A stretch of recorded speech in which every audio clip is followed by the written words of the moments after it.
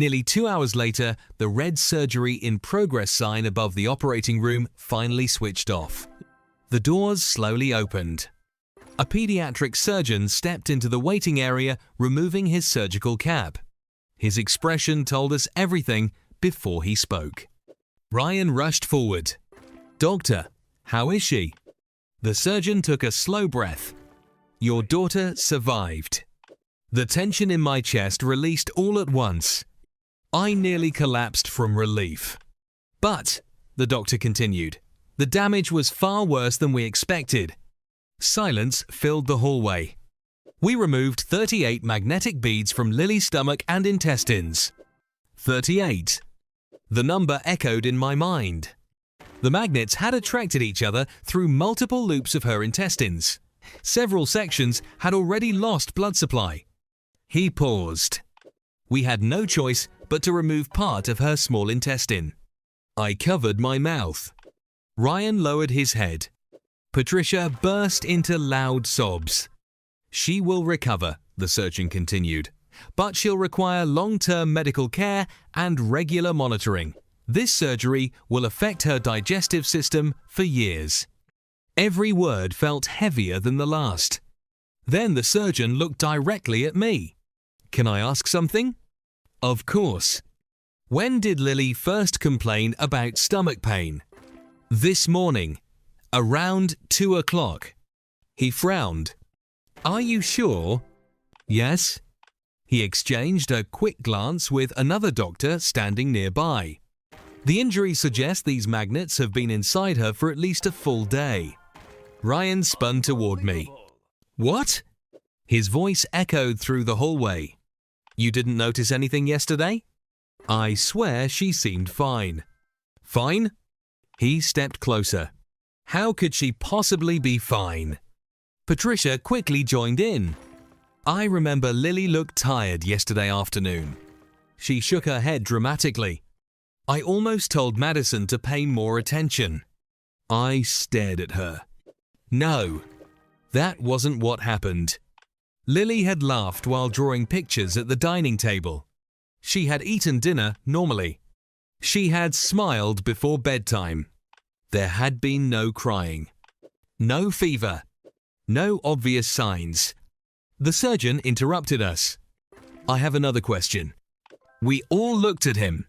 Could Lily have swallowed 38 magnetic beads by herself? Ryan answered immediately. "Kids put strange things in their mouths." The surgeon slowly shook his head. 1 or 2, perhaps? But 38? He folded his arms. Highly unlikely. No one spoke. The magnets have a metallic taste. They're unpleasant to swallow. Most children would stop after the first one. My heartbeat accelerated. "So how?" I whispered. The surgeon hesitated. "There is one possibility." "What?" "Someone could have convinced her they were candy." The hallway became completely silent. "Or fed them to her one at a time." Ryan's face went pale. Patricia stopped crying. For only a fraction of a second, I saw something cross her face. Not sadness. Not shock. Fear. Real fear. It disappeared almost instantly. She lowered her eyes and wiped away imaginary tears. Ryan didn't seem to notice, but I did. Every instinct inside me suddenly came alive. Something wasn't right. The detectives believed I had hurt Lily. Ryan already blamed me. Patricia kept reinforcing that story every chance she got. Yet she seemed strangely nervous whenever anyone mentioned how the magnets got inside Lily. The feeling in my chest grew stronger. Someone in this family was hiding something. And for the first time, I wasn't afraid of being accused. I was afraid that the real person responsible was standing only a few feet away. I quietly reached into my purse and unlocked my phone. There was only one person I trusted completely. I called my best friend.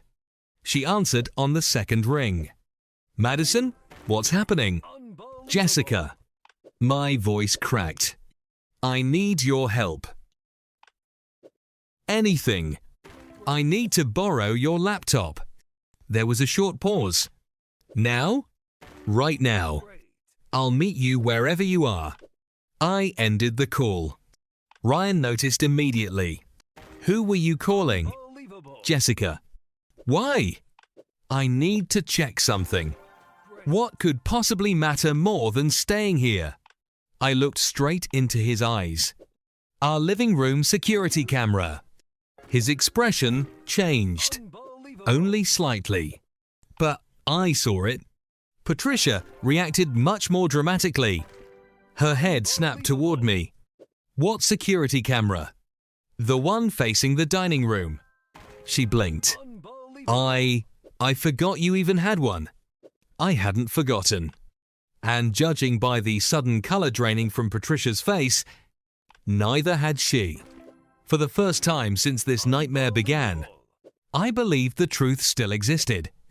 It was waiting inside that camera, and someone desperately hoped I would never watch it. I stood up. I'm going home. Ryan immediately stepped in front of me. You're not leaving. His voice was firm enough that several people in the waiting room turned to look. Lily is in the ICU. You should be here. I will come back. I tried to walk around him. He blocks me again. You'll come back after what? His eyes narrowed. After you've cleaned up whatever you don't want the police to find. The accusation hit me like ice water. You actually believe I would destroy evidence? I don't know what to believe anymore.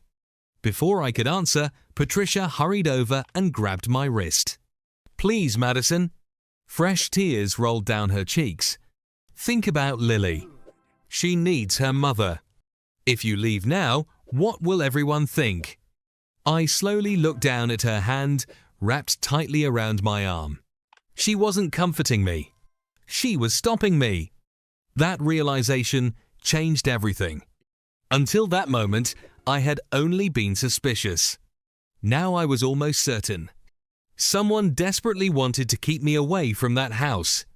Away from the security camera. I gently pulled my arm free. Ryan.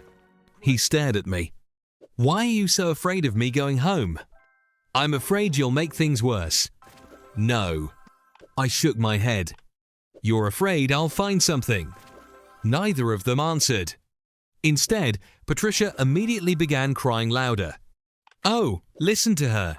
She's completely lost her mind. The performance was almost convincing. Almost. I reached into my pocket and dialed Detective Mason Reed's direct number. He answered after 2 rings. Detective Reed. This is Madison Parker. I need police assistance. Ryan's face changed instantly. What are you doing? I ignored him. My husband and my mother-in-law are physically preventing me from returning to my house. Detective Reed's voice became serious. Why do you need to go there? I believe the evidence proving my innocence is inside.